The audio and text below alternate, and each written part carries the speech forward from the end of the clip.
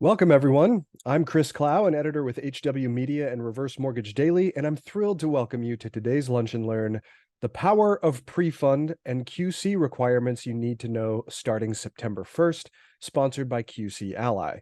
In today's program, we'll be going over how, starting September 1st, 2023, Fannie Mae is implementing new prefunding QC requirements in an effort to improve loan quality and reduce the number of loans that require remediation. I'm thrilled to sit down with subject matter experts Donna Gibson and Jemma Pachiano to discuss the new prefund requirements, how to successfully implement them, and the benefits they will bring for lenders and borrowers. A few housekeeping items before we get started. We'll be having a Q&A session toward the end of the Lunch and Learn, and you can submit questions at any time by clicking on the Q&A icon on your screen. Also, HousingWire will be sending out a recording of this Lunch and Learn sometime next week. With that, I'll introduce our panelists. First, I'm pleased to welcome Donna Gibson, the President and Chief Operating Officer of vendor company QC Ally. Hello, Donna. Hi, Chris. Nice to see you. Yes, thank you for having us here today. We appreciate HousingWire letting us do this webinar, and we're excited to provide the information today to everyone on the call. Absolutely. No, we're really pleased to have you. And Donna is joined by Jemma Pachiano, the Chief Innovation Officer with Legend Lending Corporation. Hi, Jemma. How are you? Oh, I'm doing well. How are you? Good. Thank you so much for having me today. And thank you to QC Ally for inviting me. Oh, most definitely. We're really pleased to have you as well. Well, let's jump right into this and get down to business. So just to kind of start things off, what is QC and why is it important for companies to ensure their processes are working properly? Donna, your entire company is QC. Would you care to start us off? Absolutely. Thank you. So what is QC? And I smile when I hear the question because QC is such a small word, right? 2 letters. But QC in an organization is huge. It's a huge part that drives the organizational success, right? And from a lender's perspective, QC, so you're looking at the QC program. So that's the lender's standards for quality. And what they say they're going to do, you're going to originate Fannie Mae loans in accordance with Fannie Mae guidelines, right? These are your standards. And then how are you going to achieve those standards? So how are you going to ensure that you're doing that, right? And then from there, you're going to look at your manufacturing process, right? And there's going to be risk associated with that. So you're going to need to determine what processes you need to put in place to mitigate this risk. Fannie Mae does require that you look at, through your manufacturing process, that you look at that and that you identify any deficiencies that need to be corrected. For a QC program, there's going to be different pieces of that. There's going to be a QC plan. There's going to be policies and procedures. Along with that, there's going to be monthly auditing, daily, weekly, monthly auditing. And from the auditing, you're going to come up with defects. And for the defects, you're going to need to put action plans in place to correct those defects. So it really is a very important part of the organization. And why is it important for companies to ensure their processes are working properly? My mind always flashes up a dollar sign, right? Because if you're not managing your risk, if you're not operating properly, you're not ensuring that what you're doing complies with who regulates you. And, in this case, Fannie Mae or CFPB or whoever it may be, one, you could damage your reputation, and you can't really put a price on that. You could so your company, you get a bad reputation at your company. You could have to pay fines, and of course, we know that's very public when that happens. You could lose staff. You may have to lay people off because you're not as profitable as you need to be, and quite frankly, your company could shut down because you don't have the proper measures in place to be evaluating your risk. Excellent. Well, I really appreciate the overview. Jemma, you come to it from the lender perspective. What would you like to add? I think I'm going to take a little bit more of a philosophical approach, and I'm going to start out with a question like, what does QC stand for? And everyone uses the acronym QC, but they don't ever say the word out loud. So it's quality, right? Like quality control. Who wouldn't want more quality in their mortgage files and in their mortgage process? So when someone says QC, I try to make myself and my team think of quality. Like QC is an opportunity to identify and correct those complex situations within a mortgage file, but it's also an opportunity to identify and correct processes that need enhancing. So ultimately, that QC process or that quality process translates into more efficiencies and a stronger operations and sales team. And when a company can really focus on the quality of their processes and operations, that means your sales teams can confidently go out and sell, and they can sell because they have a great team behind them. And it also means your operations team can confidently do their jobs because they have clear expectations. So I really try to think of QC as just a quality process and constantly building that quality process for your team. Excellent. No, I think that's a point that's very well taken. Well, it was once described to me that QC is scary. Why do you think people feel that way? Jemma, especially from the lender's perspective, what do you make of that? Scary. I like that word. When I talk about QC, I really like to oversimplify it. I think by oversimplifying QC, it makes it sound more practical and easier to adopt and less scary, right? So simply said, QC is just another checkpoint in your loan life cycle. The employees doing QC are just another group of experts on your team. And if you see QC as another group of experts on your team, it doesn't sound scary. It actually becomes something to celebrate. In my mind, the more experts you have behind you, the more confidently your teams can do their jobs. You know, sales teams want to go out and they want to know, hey, I've got a massive team of experts behind me. And so the QC team is just a very specific team that focuses on quality and helps your entire team become a better expert so that they can do their job. So instead of it being scary, I like to see it as a opportunity to go out and talk about how your team has a lot of great experts. Yeah, that's a sunny side up perspective then. That's good. Donna, when it comes to the vendor side of things, when you hear about, QC is scary, what comes to mind for you? We look at QC or like to talk about QC as creating an opportunity for a lender. If you have control of your risk within the organization, you know that your processes are working, you're mitigating every risk you have, then that opens up to where you can offer new products, right, as an organization. And that's really important, especially in a time where interest rates are higher. Your company's going to be more confident in opening up new products. I was thinking about QC this morning, preparing for this call, and every type of company has some type of QC. You think about it, food, for example, you would want where your food comes from, that there be a quality process for ensuring that your food is good, right? This is no different. You're just replacing food with loans, right? With loans through the process. And QC is really something to be embraced. When you partner with your QC department, when companies work together, then it creates just a really great positive environment throughout the organization. Certainly. Great. Yeah. Well, so one of the reasons that we're here today is because there are new pre-funding QC requirements from Fannie Mae that are coming very soon on September 1st, as a matter of fact. But the reason that we have Jemma on is because Legend Lending Corporation has already been doing this for 6 months. What is changing with these new requirements? Donna, why don't you start us off? Yes, thank you, Chris. Effective September 1st, Fannie Mae is requiring that you audit 10% of your closed loan production from the prior month. Fannie Mae has always required pre-funding QC. However, now they've put a number on it, the 10%. And it's your entire population of funded loans. So it would include FHA, VA, USDA, everything, Freddie. And so if you closed in total population 200 loans, 10% would be 20 loans that you're going to need to pre-fund QC starting September 1st. And you would look at that number every month.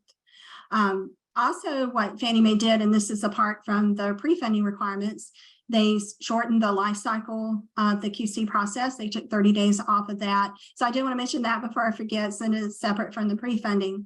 The other thing about pre-funding that Fannie Mae reminded us of, they do allow component audits.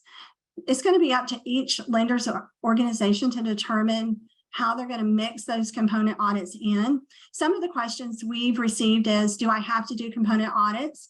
No, you don't have to do component audits, but you can use component audits to quickly identify loans prior to close that may have issues and get those corrected, which in the long run, of course, is going to save your company money. Sure. Excellent. Well, Jemma, as alluded to already, you guys have kind of been doing this for a while. What can you tell me about it? I think it's important to remember that this is not a change in the sense that we have new parameters. It's more of a timeline change or an enhancement to the process. So we're moving QC up earlier in the timeline, right? So what we've been doing at Legend Lending and practicing this over the past 6 months is moving what we've already been doing up earlier in the process. So we've all been doing post-close QC, we've all been doing 10%. Well, now we're just moving that 10% to that pre-closing checkpoint. And we're moving it earlier in our pre-close checkpoint. And we're doing that through these component reviews. What we have seen is blending those component reviews and those full reviews together have really allowed us to identify issues much earlier in the process and correct them before they become true catastrophes. And so I just want to compartmentalize and reiterate the 3 things that Donna said. The 3 big changes in my view are post-closing is now shortened. So we used to have 120 days to complete that post-close process. Now it's shortened to 90 days.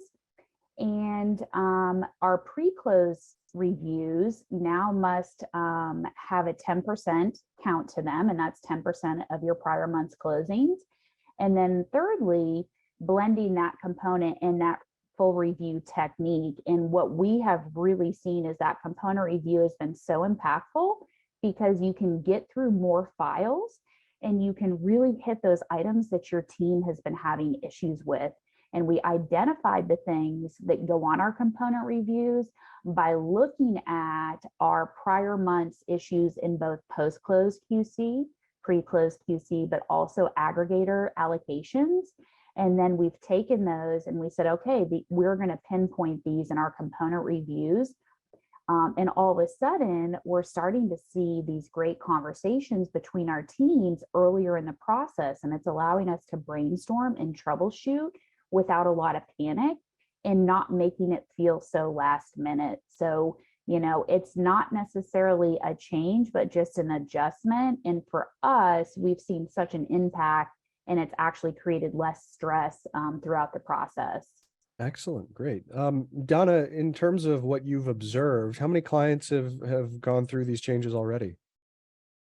Well, we did reach out to our client base and went over the changes with them early on when it first came out. And the majority of our clients were already selecting 10% pre-closing. It wasn't necessarily based on the closed loan numbers the month before, but 10% of the pipeline. We ran into a lot of questions about the proper way to select. And I know in the past, some lenders were doing a random selection for the pre-funding, and Fannie Mae definitely has made it clear, and we have shared this with our clients, you want to do a high-risk selection. As Jemma talked about, and that was very important, Jemma, and great information, you want to select the loans that you think is going to have a defect that has a high probability of defect.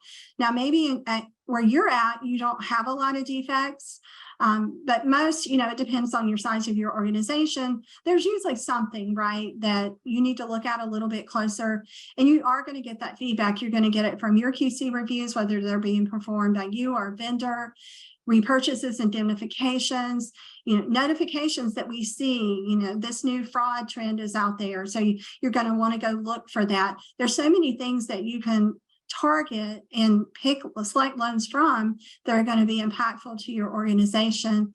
The other question we got the most was, how many component reviews should I do?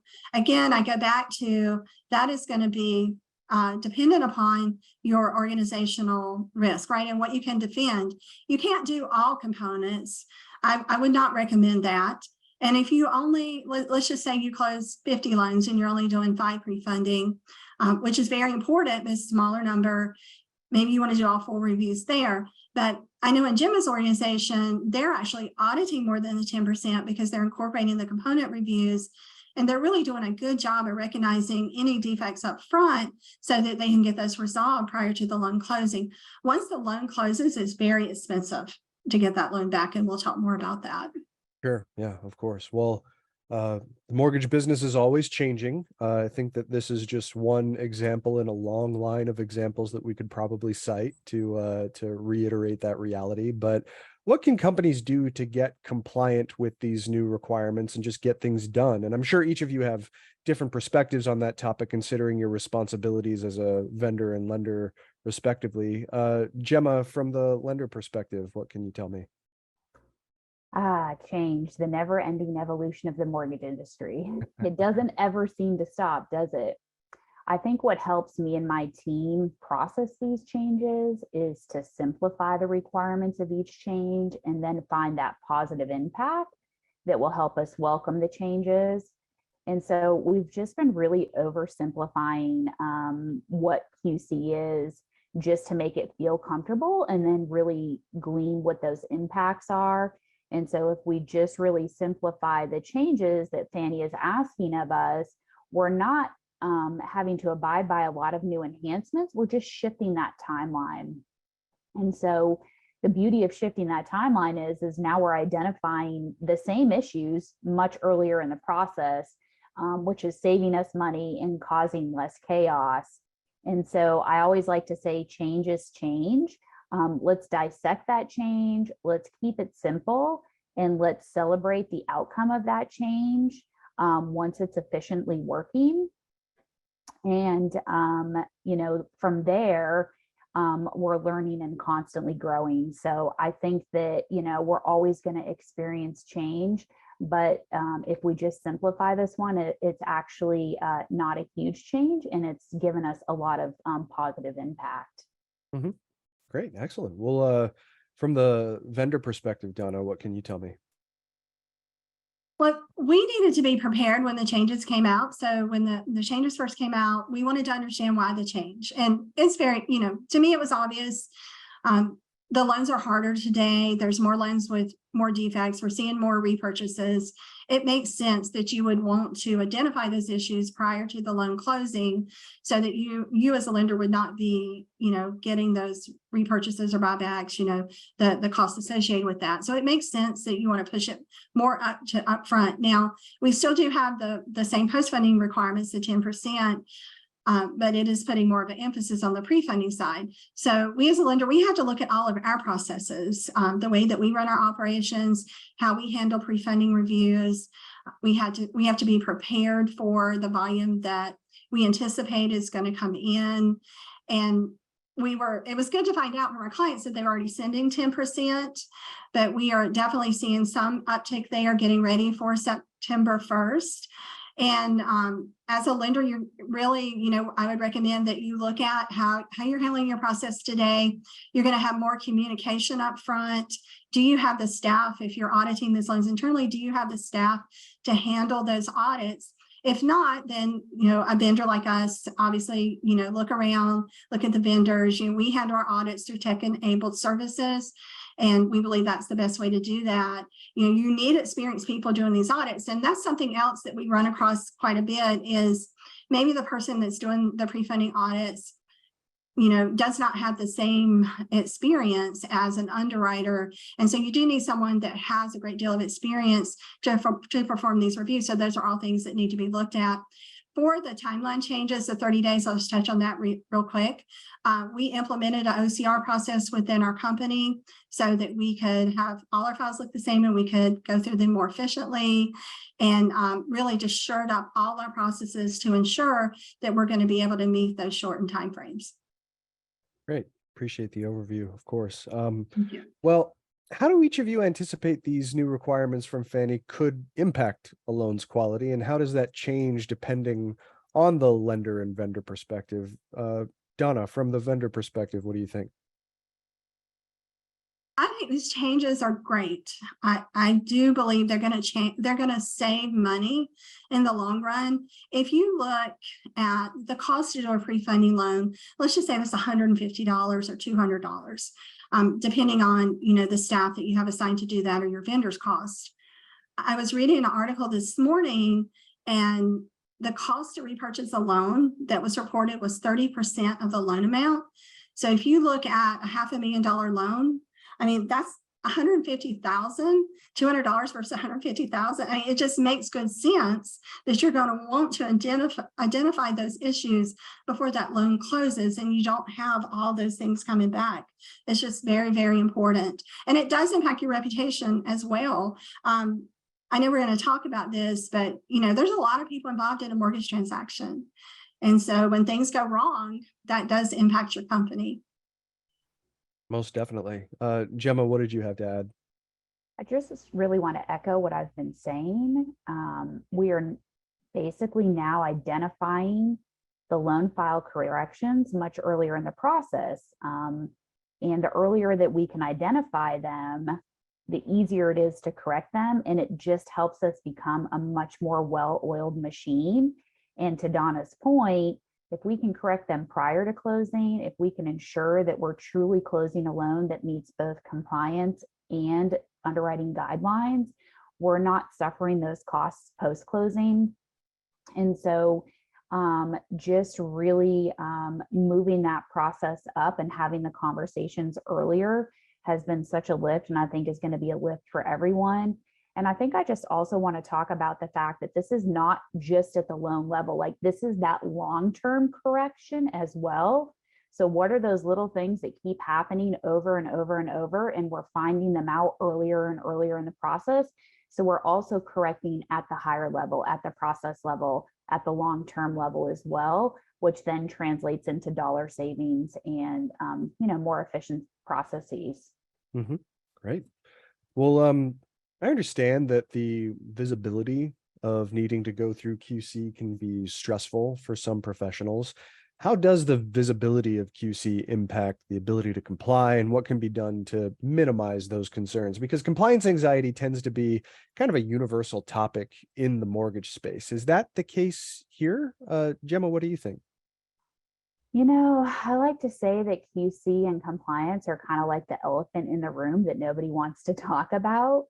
But if we start talking about quality and relating it to quality and bringing that quality earlier in the process and allowing us to pivot to much easier processes, we can reduce panic. And no one wants to fix issues or mistakes at the closing table or even post-closing. This is true anxiety. I know we've all been there. And so if we can transition and make those corrections earlier, and then we have time to process those corrections and learn from those corrections before panic sets in, I think it just gives everybody a better opportunity to be successful and then just get away from those fears. For us, another way to look at QC is it's your team of experts. It's another team of experts that you have, right? So our sales teams have to be experts, but they also have the visibility and the pressures of answering to the borrowers and the referral partners. And our underwriting and our closing team has the pressure of answering to turn times and SLAs. And so all of those people are experts in our process, but the QC team is just another group of experts that don't have those outside pressures. And so if we can become more efficient by having another team of experts, like that's really exciting. I always like to say less stress, more education. All QC is an opportunity to learn and grow from our mistakes. And our QC team is just simply another group of experts on our team. So trying to take the scary out of it, take the elephant out of it, and just say, hey, we're all experts. We're all in this together and we're all growing together. And how can we learn and grow from QC instead of being scared of it? Mm-hmm. Great. Well, Donna, how does the topic of compliance anxiety come together for you? We do hear from many of our clients that there's a lot of pressure when the loan is selected for review. There's a lot of pressure to get it through the QC review as quick as possible. And if there is findings, then that does create issues because the loan can't close because now it's got to be fixed. And our recommendations for that, first of all, you want to look at your processes in your QC department and ensure that your process is working with production. It's very important that you're identifying those loans as soon as possible in the process. I know there's a fear that if you tell someone right away it's going to be QC'd, that loan's going to be perfect, and that's great. I think Jemma would be happy the loan came in perfect in her organization, but you'd be surprised. Typically, I mean, there's still something, you still need to go through the process, and there's still typically something that you're going to provide feedback on. And so it's just really important. The education piece, I agree with Jemma. It's important to understand why it's going through the QC process, the benefits to the company. No one's trying to hold up the loan closing. We definitely need to go through this QC process, and it's going to result in a happier customer, by the way, because they're not going to be held up at the end. If everybody's educated through the process, they're going to understand, oh, my loan was selected for QC. They're going to check to make sure my loan was originated properly and everything is in there. That's great. It's just changing the mindset. We get a lot of phone calls from borrowers today when we complete re-verifications, and we have to educate them on what a QC review is. And it's amazing to me that many people don't understand why we're doing what we're doing. And it definitely does go back to that education. Sure. Yeah, of course. Well, some people might be curious how this could impact other parties involved in the mortgage life cycle who may not be more directly involved in the QC process, like borrowers or real estate agents. Donna, what can you tell me about the impacts on those kinds of parties? Oh, yes, absolutely. And I think it's a great question. We also offer servicing QC reviews and early payment default reviews. So we see the loan when it goes bad. And so through this QC process, you're going to ensure that borrower does qualify. They do qualify for that mortgage. And when they get into the house, they're going to be able to make the payments, pending some circumstances that no one could have thought of.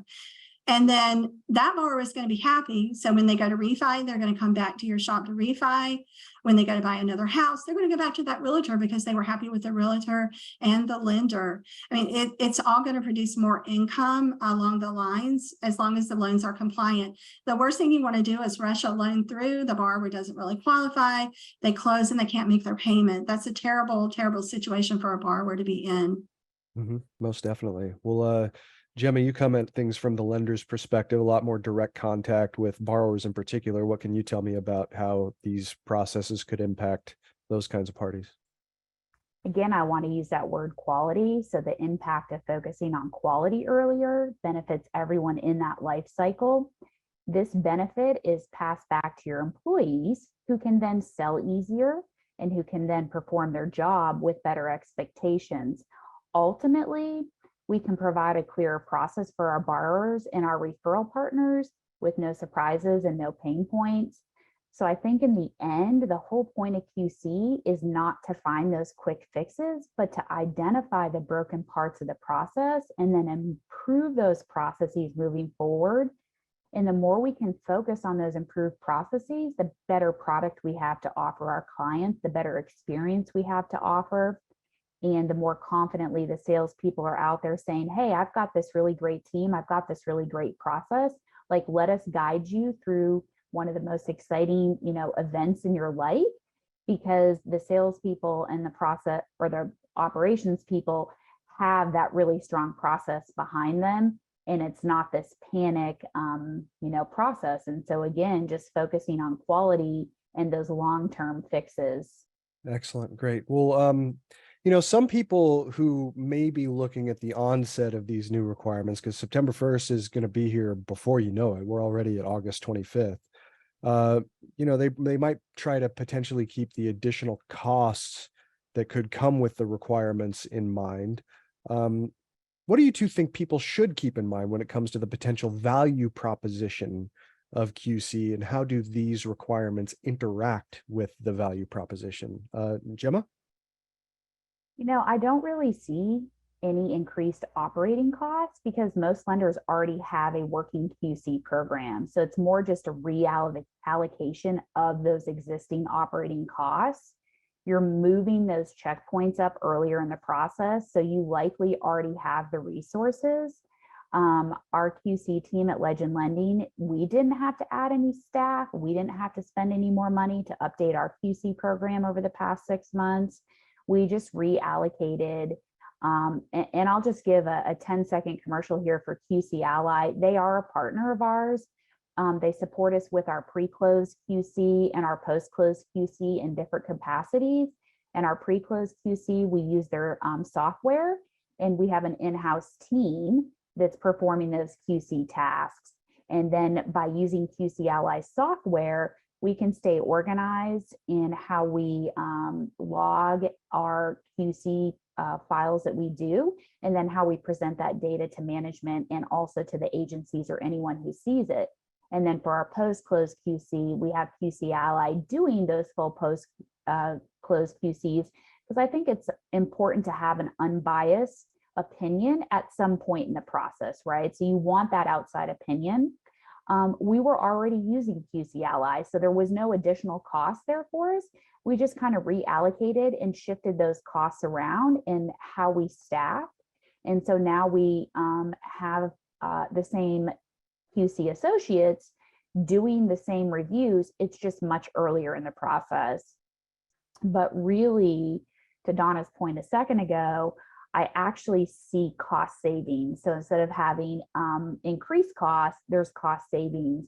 And that's because we're ensuring our borrowers are being placed in a loan that they actually have the ability to repay. And by identifying the errors before closing, we are saving ourselves from early payment defaults and repurchases for errors that we typically don't address until post-closing. And so if the borrower qualifies, if the borrower has the ability to repay, we're not having EPDs, we're not having repurchases. And so it's just all kind of come full circle for us as a lender, saying, this makes sense. Like, let's do this earlier in the process. Let's identify, the issues. Let's correct them at the loan level. Let's correct them at the long-term level. And then all of a sudden we start seeing those benefits post-closing. Our post-closing QC reviews have improved.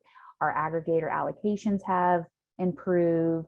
And we're not having, the EPDs or the borrowers getting into loans that they may potentially not be comfortable paying. So lots of exciting things, lots of things to think about. But ultimately, we have seen the benefit and haven't really had to spend any more money to get that benefit. Excellent. Great. Donna, what did you have to add on the value proposition? One of the things that really struck me with this change is is going to benefit the borrowers. It's not going to cost them any money. When TRED first came out, that was, a huge expense across the board for everyone to comply with that. And of course, that translated over to the borrower. In this case, the borrower is going to benefit because, as Jemma said, and I talked about earlier, they're really assured that they can afford that home. They're going to be able to live in that home, until they decide to leave. And so it really is a borrower benefit at no cost to them. Excellent. Great. Well, thank you very much, Donna and Jemma, for that great overview of these requirements and how they'll be going forward. We have some time left, so at this time we'll move on to our Q&A portion. If you have any questions in the audience, please feel free to submit them through the Q&A icon on your screen. We'll get to as many as we can, but if we can't answer your question during the event, we can still submit your questions to our panelists, who can then get back to you at a later date. So let's open it up to questions. So it looks like there is one that has come through on the comments here. How did you move up your re-verification process so that you're getting them earlier before the auditors start their audits? Jemma, I'll answer this one if you're okay with that. So what we do at QC Ally is when we receive the files, within that first week, we start working on the re-verifications. A lot of the re-verifications are through third parties, so we can go online and order them and either get them instantly back or within a few days. You cannot control the mail. So there are still mail delays that do apply, but the sooner you can complete the re-verifications in the process, the sooner they'll start coming back. We also pull a final re-verification report at 6 months, 180 days, because that really is the time frame it takes to get everything fully back. So hopefully that makes sense. Jemma, did you have anything to add? No, I think just reiterating, there has not been a re-verification stipulation added to the pre-closing. So that still is just part of that post-closing process. And just in our experience with QC Ally throughout the first 8 months of this year, we've had no timing issues. I mean, we're efficiently getting back all of our reviews within 30 days of the month's closings. And so to meet that 90 days is super easy.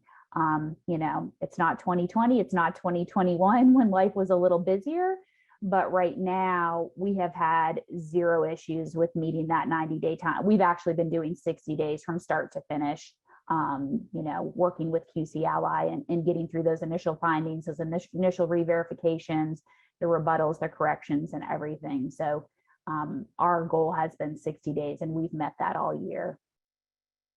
Great, excellent. Well, we have another question. It's kind of in a couple of different parts here. It says, prior for post-close 10% audit, the 120-day window provided 30-day selection bundle upload, 60-day review frontline rebuttal, and 30-day reporting.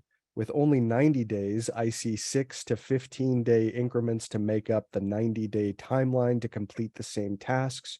For example, 15-day selection and upload, 30-day review, 30-day rebuttal, 15-day report working. Do you have an example of what is working? I can answer that. So correct me if I'm wrong, Donna. Agency no longer prescribes the 30, 30, 60 or the 30, 60, 30 allocation, right? They just say you have to have it done in 90 days. And again, I think because re-verifications are coming back so quickly and because we're having such great results with that pre-close QC, when it comes to QC Ally getting through our files and then us answering those objections, we have a lot less findings. Our files probably look much cleaner for them to get through. Re-verifications are coming back efficiently. And then I think the benefit of using like a universal software is that reporting is a click of a button. So for us, we generate those reports and we're able to send those to management really quick. Like there's no need for 30 days to send a report. And the 30 days that we are getting our findings, analyzing our findings, like you're building the data to put in your write-up to your management. So I think the big piece is just saying, hey, we don't really need 30 days for reporting. It's a click of a button to generate it. We've already been analyzing and discussing what those findings are. So you could probably shrink that reporting segment. And then because items are coming back much cleaner because we've had so much emphasis on pre-close, you're spending less time with corrections and rebuttals. So I think meeting that 90 days, especially in the environment that we're in, it's been super easy. Like I said, I mean, we've literally been hitting 60 days all year. Right. Yeah, I would just add, so we've been working with our clients on this as well. And I agree with Jemma, the timing requirements that are there before breaking it up is no longer there. What you want to do is look at your process and see where you can gain that time. So I like the way you broke that out. So loan selection. So as soon as your month closes, you can do your loan selection. You don't need to wait. You know, for us, we do them within 24 hours and get them back. Also, if you're working with a vendor, you know, see if that vendor can pull your files so you guys don't have to spend time going and uploading them. That's a service we offer. And then, but if your vendor can't do that, then get the files uploaded right away. There's no reason to sit on those. Now, I understand that sometimes things come in later, closing documents, maybe tax transcripts, but in our world, you can upload those later you'll have, a couple week window there to get those documents in.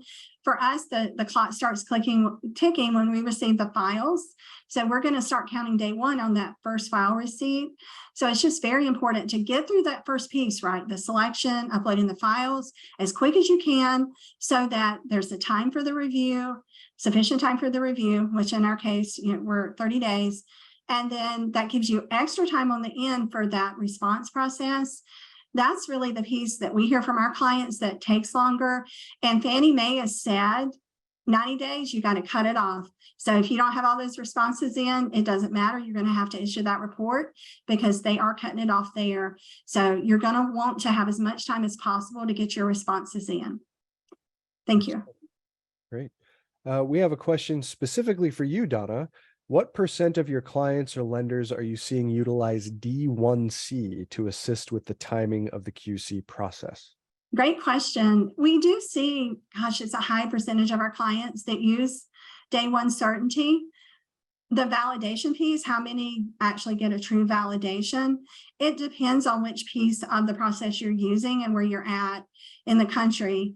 If you're in an area where a lot of your assets come from small community banks and, they're not going to be part of that validation process, then you're going to have less of an impact. We see some clients that are very successful with, in their area, the asset piece, are very successful with the income piece. So a lot are using it, maybe not as high as a success rate as we had all hoped for. Sure. Great. I will talk to that, Chris, because I am a champion for Fannie Mae's day one certainty and Freddie's AIM. Yeah. Freddie calls their day one certainty program AIM, because I really think that that is a prelude to what our future of our industry is going to be. And it's that electronic validation, right? So paperwork reduction, going straight to the source, getting the documentation from the bank, from the employer, through vendor supplies. And I think that is that's a conversation, a philosophical conversation I've had for a long time, because that negates QC, right? I mean, I don't want to say it negates it, right? But it minimizes it. I don't have any humans in between passing bank statements, analyzing bank statements. You cut down on fraud, you cut down on a human reviewing bank statements. You're getting the data from the bank, and it's going right through DU and LP, and you've cut out all of the stuff that happens in the middle. And I just think that is the prelude of the future of our industry, is electronically validating. I'll use a little buzzword that I like to say to people. It's the 7-second underwrite. And I'm not saying that AI is replacing any of us, because I know that that's been a panic of our world, but I'm just saying that all of those things are huge solutions to fraud and QC, and paperwork reduction and reducing timelines and creating efficiencies. And so those are things that can drastically improve our processes and provide such an enhancement to our consumers. So that's my little commercial on day one certainty and AIM. All right, great. Well, just a reminder, if you do have any questions, please feel free to submit them through the Q&A icon on your screen. Not seeing any outstanding questions at the moment. I see one on the screen, Chris. How do you move up your re-verification process so that you're getting them earlier before the auditors start their audit? That's a great question. What we do at my company is we have re-verifiers. We have people that's their job to do the re-verifications. So they actually go into the file first before the auditors. So we have those job tasks broken out. Again, it's just looking at your processes to see where you can make those changes. If you can separate that out and have someone do those right away. It is recommended, if you read beyond the guide or any of the material out there, the sooner you can get your re-verifications out, the better it is, because you do want to have some of those coming back when you're reviewing the file, completing your audit. Thank you. We just had another one come in. We are still reviewing the 1004s, even if reps and warrants were given in DU. Might this be a review in excess?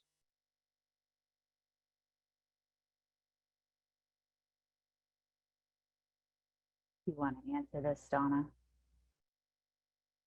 I'm trying to maybe we should get back to you on that question. But I mean, I think the way it could be answered is if you receive a rep and warrant from Fannie Mae or Freddie Mac, then you don't need to do anything different, right? You have to ensure the rep and warrant is valid. And a lot of times we see that it's not. When we QC the file, we have to have the report. If the report's not in there, then it's not a valid rep and warrant, in our opinion. You have to make sure it hasn't expired before loan closing. You know, you don't need to do work that you don't need to do because you do have that rep and warrant.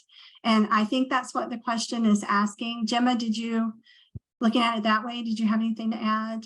Yeah, just more like that, or if you're looking at more of the micro, the true 1004, like the whole point of getting that rep and warrant is that Fannie and Freddie have the data to make that decision for you. And that's the whole point of your CU score. And that is the whole point of kind of day one certainty and AIM. But I think that it's due diligence. You want to look at everything in your file, but as long as your address is entered correctly, as long as the data in your 1003 is correct, and it matches what is on that 1004, I think you can take that reps and warrants and maybe cut down a little bit on your review. I know that Fannie is very big on appraisals and making sure that you're reading your appraisals, understanding your appraisals.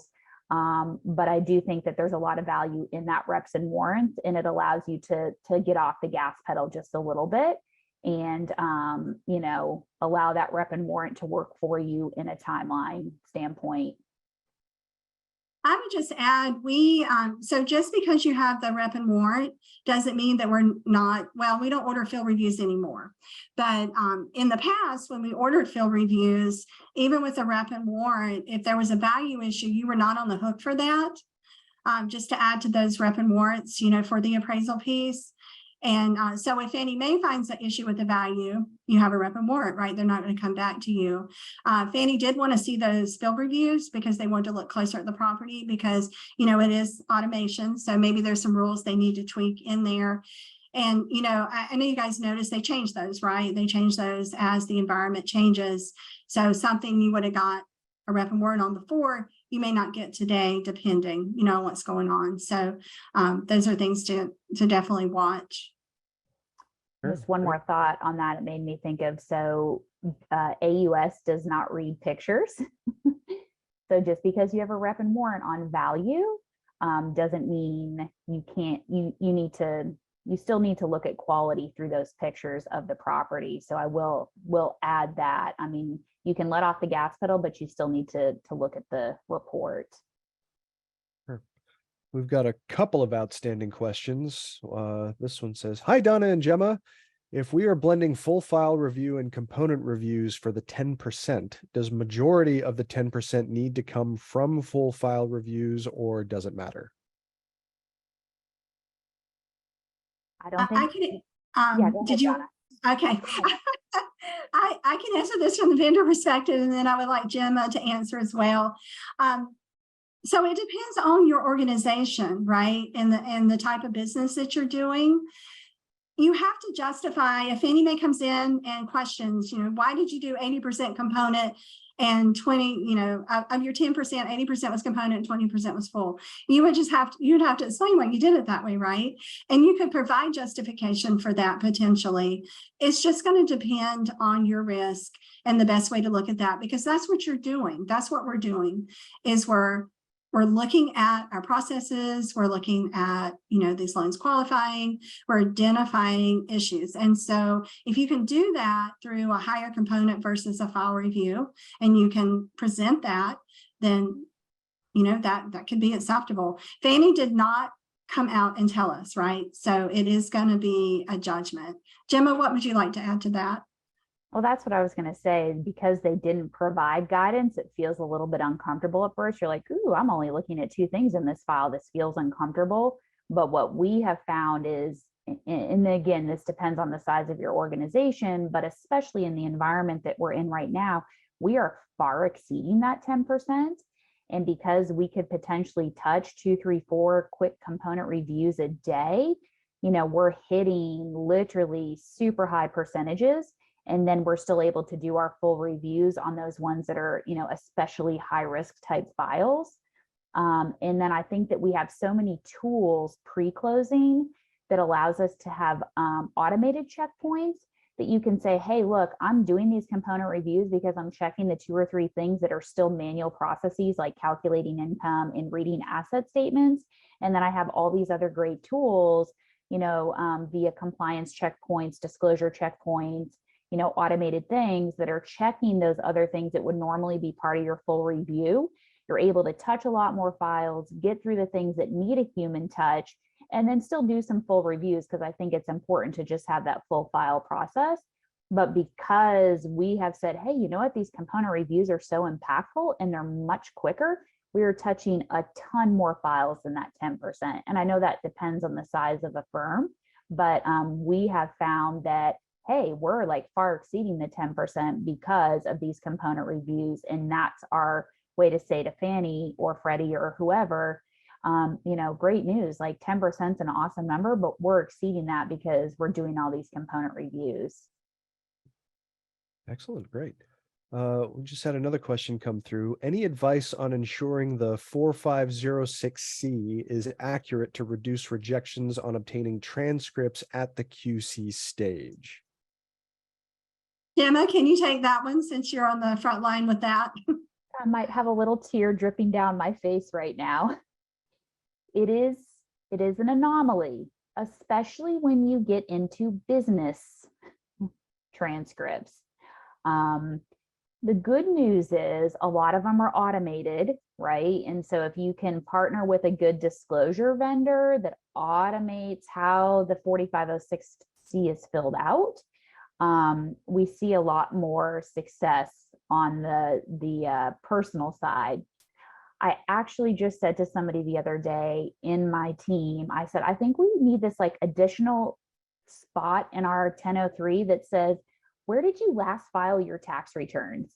Like, I know where you live right now, and I know your driver's license has a certain address, but where did you file your tax returns? Because that's a thing, like that's a real thing. You get post-closing, you had the borrower sign a 4506C at closing with the physical address that they were residing at the time of closing, but that's not where they filed their tax returns. And now you're getting a rejection, or now you're trying to do a business tax or business check post-closing, and your 4506C is not meticulously filled out and the IRS is rejecting it. So I just had this conversation the other day saying, like, we need a whole new section. Please don't take me seriously, whoever FHFA, whoever creates these CFPB 1003s, but like literally a whole other section in our 1003 that like specifically says, where did you file your tax returns? Like, how is your business filed? Who's the president? What's their title? Because the IRS is very picky about those. And so sometimes we've just had to relent and say, like, we cannot get this, or we're going back to the borrower and getting it. But even sometimes when we're doing that, the IRS is getting so picky about placement of dates and signatures and all these things that they're still getting rejected. So it has been a pain point and something that I just have been like, okay, how do you fix this? Sure. Looks like there's some shared agreement in the comments about the 4506C, if this is any indication. We do have. I would just add to that, if that's okay, Chris. Sure. So I myself bought a house this summer, and what my lender did different that I thought was a really good idea is they sent me the form separately. So if you think about a loan closing and all the hundreds of documents that you're signing, and we know nobody's reading them, right? And you hate to get that call if somebody is sitting there reading them, but we're not reading the form. So that form gets overlooked. So my lender sent it to me separately, had me review everything and sign off on it and send it back. I thought that was a great idea. I just wanted to share that. Sure, great, excellent. Another question that came through, can you please explain full file review for pre-close QC? Is it mandatory to review the entire file for full file review? I'll let you take that, Donna. Thank you. Yes, so it's application through approval. That's a full file review. And if you read Fannie Mae's guidelines, it specifically, states out the sections, but for us, it's re-underwriting the file. It's checking the compliance piece if you choose to have that. Now, some companies do not include compliance as part of prefunding because they have a compliance department that's going to check all of that. So that's just duplicate work. But you should be, comparing, looking at your 1003, validating your debts, recalculating income, data integrity of the AUS, reviewing the appraisal, all of that, because you're checking to make sure, going back to the QC program, that those loans meet the requirements, right? That those loans are going to be sellable. So you're going to have to go through the whole process to do that. And that's why they reintroduce the component, because that takes more time. It's going to take a lot longer to do a full file review than it is a component review where you're focusing on a certain thing, unless it's a self-employed borrower or someone with 6 or 7 real properties. Those are going to take longer.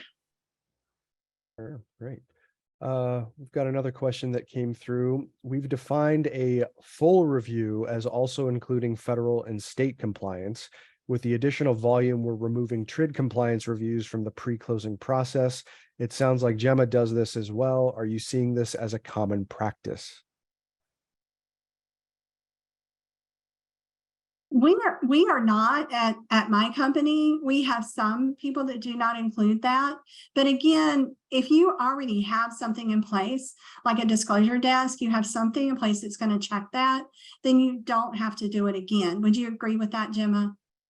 Yeah, and I just want to reiterate, it's not that we're doing it, it's that we have an engine that's already doing it for us. So it'd be somewhat redundant. Our LOS, our disclosure vendor, and our closers are all that checkpoint for all of that, of determining, if we disclosed within the timing requirements of TRID, what kind of cures that we might need. And everything is really automated, and we have an actual system engine, like I said, that gives us a 12-page QC review of the file from application date to closing. So there are a few things, like we look at QM very closely from a compliance standpoint. Like we are looking at QM on our component reviews, of course, on our full reviews, but some of the more mundane compliance stuff, we're allowing that QC or that compliance engine to work for us. Excellent. Well, we have come to the end of today's conversation. I want to thank Jemma and Donna and you, our audience, for joining us here today.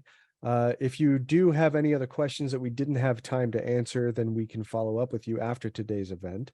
HousingWire will be sending out the webinar recording to all registrants next week, and the webinar will also be available on our events page at housingwire.com/events. Thank you for joining us for today's Lunch and Learn. We look forward to seeing you again very soon. And again, a very special thanks to Jemma Pachiano and Donna Gibson for joining us today. Thank you.